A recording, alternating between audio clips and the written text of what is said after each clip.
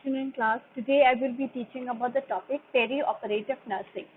Okay, this topic is for BSc second years, and this is from the unit OT 13. So let us see. Those are the indications for surgery. Okay, so a patient before going to the surgery, or patient inside the surgery, or a patient after the surgery, all these cares should be followed or should be taken by the nurse. Okay, so before going into the nursing care, let us see what are the indications for the surgery. Okay, what are the why surgery is required. Number one is, remember, CART. Okay, C is for correction of defects, to check if there's any defected abnormal functioning of any organ in the body. Number two, A, alteration of form. R, restoration of function, to provide to make it into a best function of the organ. Then D is diagnosis and treatment. So these are some of the indications for surgery. What is the purpose of surgery? Okay, so there are many purposes of surgery. One is diagnostic, to check whether the patient is having what disease condition. Okay, or we want to confirm whether the patient is having any breast cancer. Okay, so these are under diagnostic surgeries, like breast biopsy, exploratory laparotomy. Okay, these are diagnostic surgeries. Second is for ablative. Okay, to remove something, or to remove a tumor, or to remove a cancer cells from the organ, specific organs. For example, mastectomy. Mastectomy is removal of breast tissue, breast cancer, or breast tumor. Okay, then hysterectomy is removal of the uterus. Okay, mastectomy can be removed total and radical. So total is removal of the breast also. Okay, so these are removing of the organs which are damaged or which are not functioning. Next, constructive, to construct or to modify something. Okay, so constructive, like cheiloplasty and phalloplasty. Okay, so these are some where we can modify an organ. Okay, so these are constructive surgery. Next is reconstructive surgery. This is in case of fracture. Okay, so open reduction internal fracture, or ORIF, is an example of reconstructive surgery. Next is palliative, like colostomy or nerve root resection. Palliative is when you have to do like an opening, when you have to see something it is present or not. So this is palliative. And cosmetic surgeries, where we modify the skin, or if there's any skin cancer, or if there's any other surgeries. Okay, revision of scars. If there are scars present and we want to modify them, we want to bring back into a normal skin, clear skin, then there is cosmetic surgery. Then we have rhinoplasty as well. So these are some of the purposes of surgery, that is diagnostic, ablative, constructive, reconstructive, palliative and cosmetic. Then there is the urgency of surgery. मतलब कितना urgent है that surgery. Is it a very emergency surgery, or is it late surgery where we can still hold? So there are types of urgency of surgeries. Number one is emergency. Any emergency situation where we require surgeries, like gunshot wound, severe bleeding, then this is under emergency surgery. Then urgent surgeries like kidney stones, or renal stones, or urethral stones. Okay, that is also an urgent surgery. Elective means planned, pre-planned. Okay, so elective, like cataract removal, or hernia repair, or LSCS, cesarean section, where we plan beforehand. Okay, with the doctors. So that is elective. And optional, like circumcision. Okay, so these are some of the urgencies of surgery. Now coming to the degree of this, so there are minor surgery and major surgery. Minor surgery, like incision and drainage, is a minor surgery, not so much a complication is present. But in major surgeries like exploratory laparotomy or cesarean sections, there are chances of complications and infections. So that is major surgery. So now coming to the peri-operative nursing. Peri-operative nursing. Okay, so peri means it consists of pre-operative nursing, it consists of intra-operative nursing and post-operative nursing. Okay, so like I said, so peri-operative consists of three phases: PIP. P, pre-operative, that means before the surgery. I, intraoperative, means during the surgery, and P, post-operative, means after the surgery. Okay, so these are some of the phases of peri-operative nursing phases, and these are the three phases where the nurses have to perform their function. So let us see what are the pre-operative phase, that is the phases before the surgery. So as a nurse, we have to perform the nursing assessment. Okay, the nursing history, we have to ask for bleeding disorders, cardiovascular disease, respiratory disease, liver disease, renal disease, or the patient is having any diabetes mellitus. So we have to ask all these. Okay, we have to take the history of the patient. Then we also ask for the past surgical history, if there's any allergies history, smoking and alcohol habits, occupation, what is their occupation, any emotional health disorders, significant other support, patient and significant others understanding of the surgery. So all these we have to assess. Okay, as a nurse we have to assess these important points. Next, diagnostic screening. Before surgery we have to perform some screening or diagnostic tests. Okay, so like laboratory screening like CBC, complete blood cell count, serum electrolytes, you have to check the electrolyte levels, coagulation studies, how much is the platelet count, what is the PTINR test, serum creatinine level, blood urea nitrogen level, urine analysis, you have to check the urine specific gravity, the urine pH, blood typing, what is the blood group of the patient, what is the hemoglobin of the patient, okay, and if there's any cross matching, just in case if the patient is having any blood loss during surgery. Then next is the radiological screening. Radiological screening like X-ray, CT scan, MRI. Okay, so these are some of the radiological screening. And other diagnostic screening like ECG, EEG, EMG. ECG is electrocardiograph. Okay, and EMG is electromyography, where we check for the muscle function. And EEG is for electroencephalography to check for the functioning of the brain. Next, before any surgery, the nurse, we have to take the informed consent, the consent of the patient that he or she is willing to do the surgery.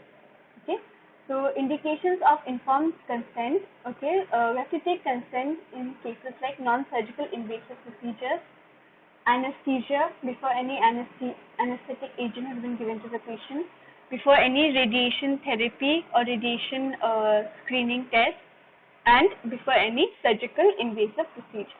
So these are the indications when we have to take the informed consent. Okay. Next, informed consent should answer this. Okay. So there is a consent form that the patient has to sign, and all the information about the disease condition, about the complication they are written in the consent form.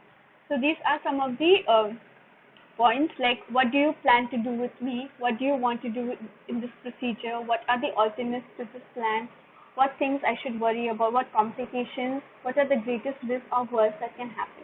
So all these questions should be answered or should be written in the informed consent. Then only after reading the informed consent, then only the patient will sign the informed consent. Take note, if the patient is a minor or a parent or legal guardian, should sign. Okay, so if the patient is a minor, that is younger than 18 years. Okay, so in that case, parents of the patient will sign, and or a legal guardian will sign for the minors. And emancipated minor or independently earning a living, he or she may sign. A minor who is a parent or infant or child who is having the procedure, he or she may sign for the child. Okay. Then illiterate, he or she may sign with an X, after which the patient's right, patient's mark. Or If patients are not able to sign, then they can do thumb impression. Next, if the patient is unconscious, a responsible relative or guardian must sign. Mentally patient by alcohol or any chemical substances, then relatives may sign or local guardian may sign for the patient. Next, before the surgery, some preparations are to be followed. Okay, so spiritual preparation for the surgery. We have to prepare the patient for the surgery. So these are some of the points. Okay, first is the spiritual preparation for surgery. We have to respect, as a nurse, we have to respect the spiritual and religious beliefs of the patient. Provide time for prayer. Arrange for a visit from the spiritual advisor or pandit or priest. Then take into consideration religious beliefs in the operative care. Next, that is for spiritual preparation. Then physical preparation for surgery. GI tract preparation. Okay, oral laxatives will give to the patient. Clear liquid diet the evening before the surgery. Okay, so the evening, one day before the surgery, in the evening we have to give clear liquid diet, and we have to tell the patient not to take anything by mouth after 12 o'clock midnight. Okay, so we have to give the patient an MPO after midnight. Multiple position, tap water enemas the evening before the surgery. So we can give enema to the patient so that their stomach will be clear. Oral antibiotics 24 hours should be given to the patient, like erythromycin, neomycin, okay, amoxicillin injection. So antibiotics should be given before the surgery also. Then physical preparation, skin preparation, cleaning the skin, okay, for the surgical site with povidone, iodine or betadine solution. Remove the hair by using the shaving hair clip or clipping the hair. Then apply antimicrobial solution to the skin over the surgical site. Okay, so these are some of the skin preparation before the surgery, one day before the surgery. Preoperative medications reduce anxiety. So we will give some medicines one day before the surgery. Okay, so to reduce the anxiety. Okay, because you will have stress. Tomorrow is my surgery, so patient normally will have stress. So we will reduce the anxiety. We will promote relaxation, reduce pharyngeal secretion, prevent laryngeal spasm, inhibit gastric secretion, decrease the amount of anesthetic required for induction and maintenance of anesthesia. So these are some of the medications that we can give. These are preoperative medications. Then on the day of surgery, preparation on the day of surgery, morning bath and mouth care should be done. Provide a clean gown, hospital gown to the patient, OT clothes we say in the hospital. Then remove the hairpins. If females are having long hair, then we have to braid their hair. Okay. Then cover hair with OT cap. Remove dentures. Remove foreign materials. Remove nail polish, hearing aids, glasses. Okay, spectacles, contact lenses should be removed before going to the surgery. Then vital signs should be checked. ID band should be there. Okay, on the patient's hands. Check for any orders like enema, gastric tube, IV line. Have antibiotic. Make the patient go to the washroom. Okay, for passing of urine or passing of stool before going to the surgery. Then continue to support emotionally and make sure you follow a preoperative checklist. That is the responsibilities of the nurse. Then transporting the patient to the OT.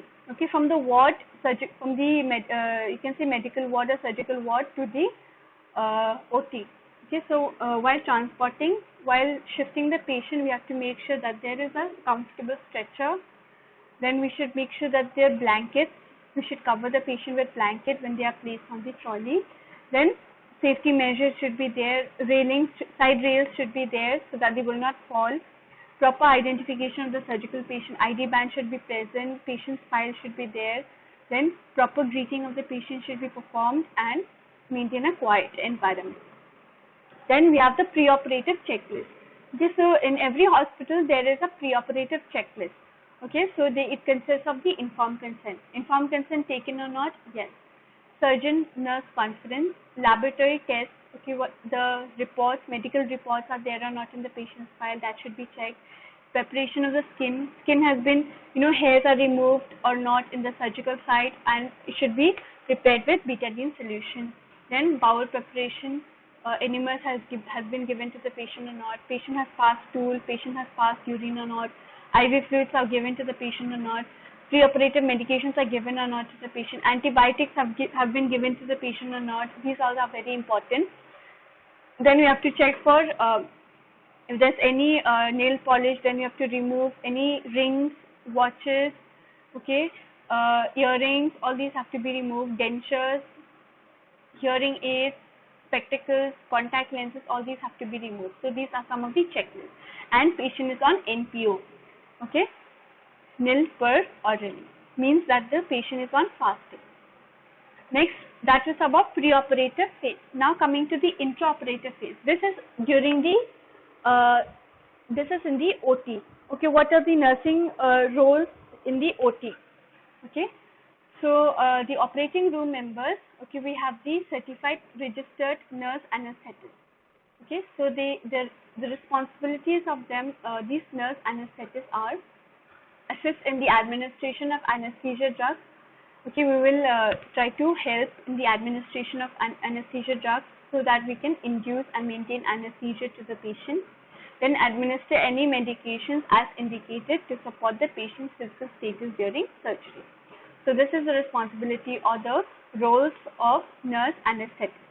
Next, we have a circulating nurse and we have a scrubbing nurse, right? Scrub nurse. So circulating nurse, the roles and responsibilities are set up the operating room, ensure that the necessary supplies and equipments are ready in the OT. We have to make sure that the OT bed is properly functioning. Then you have to greet the patient, assist the patient to the operating room. Okay, we have to assist the patient, the team members also in transferring the patient to the operating room. Then position the patient on the OT bed.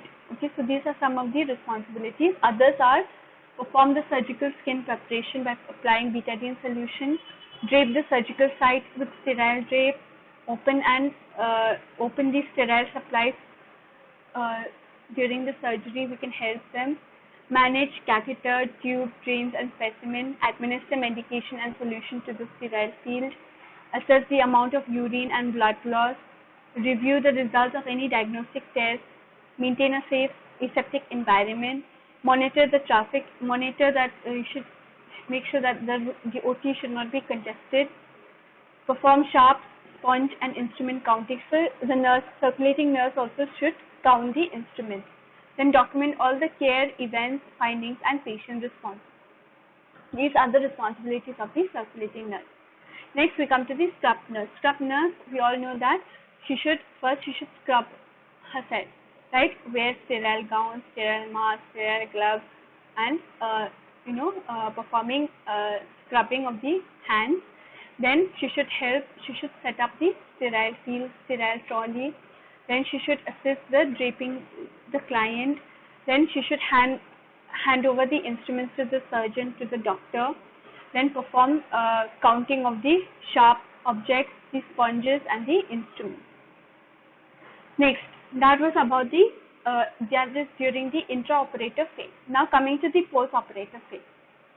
Post-operative assessment.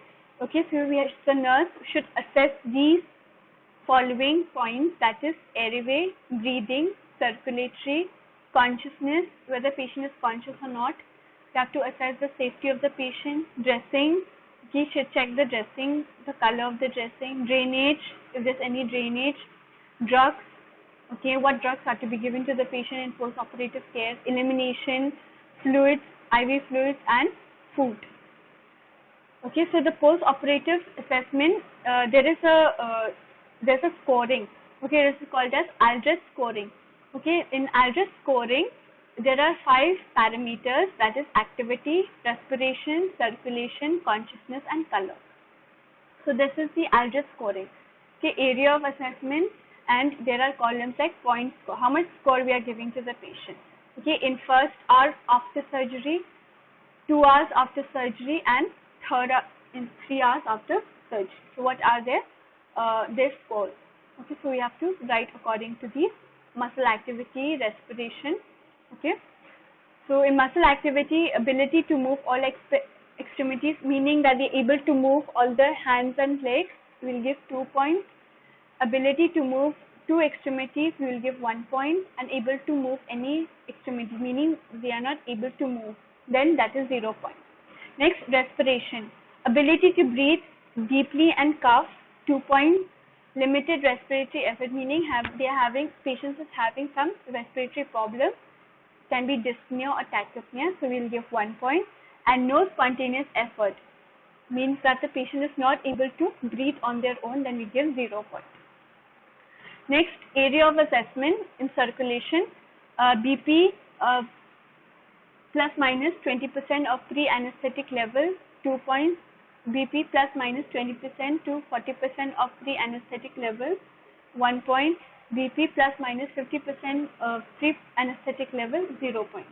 And conscious level, fully awake, we'll give 2 points.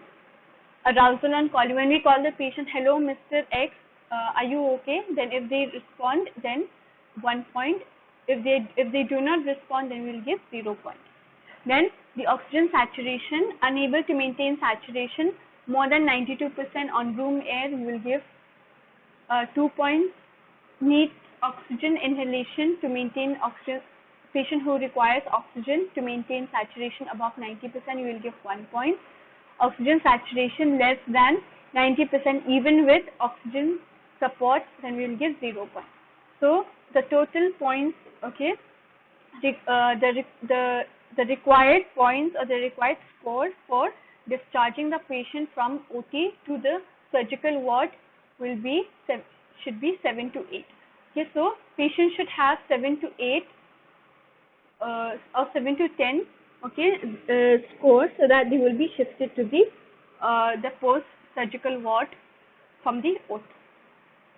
Next, as a nurse, we have to assess for the respiratory status, that is, we have to assess the respiratory rate, rhythm, depth, patency of airway, if there's any oral airway, breath sounds, use of accessory muscles, we have to check for the skin color, we have to check for the ability to cough, ABG analysis, oxygen saturation. What are the intervention? Position the patient on side to prevent any aspiration, place the patient on a side-lying position. Next, we have to suction the airway if there's any secretions, ask the patient to perform respiratory exercises, administer oxygen as needed. So these are some of the post-operative interventions for the nurse, by the nurse for the patient. Next, coming to the circulatory status assessment, you have to assess the heart rate, blood pressure, skin color, heart sounds, peripheral pulses, capillary refill time, edema, if there's any swelling, skin temperature should be checked, urine output should be checked. Then Homan sign, changes in vital signs, which symbolizes shock. You have to check the time, the amount, the color, order, and character of the drainage from the tube, or drains, or catheters, or incisions. Then post-operative assessment, circulatory status. Okay, so interventions, we have to check under the patient for pooling of blood. So we check the amount of blood loss. Then check for the dressings, check for the tube, IV tubes, the drains, catheters for blood. Then monitor changes in the heart rate and blood pressure. So these are very important. In post-operative care, we have to continuously check the heart rate of the patient, and we have to check the blood pressure also.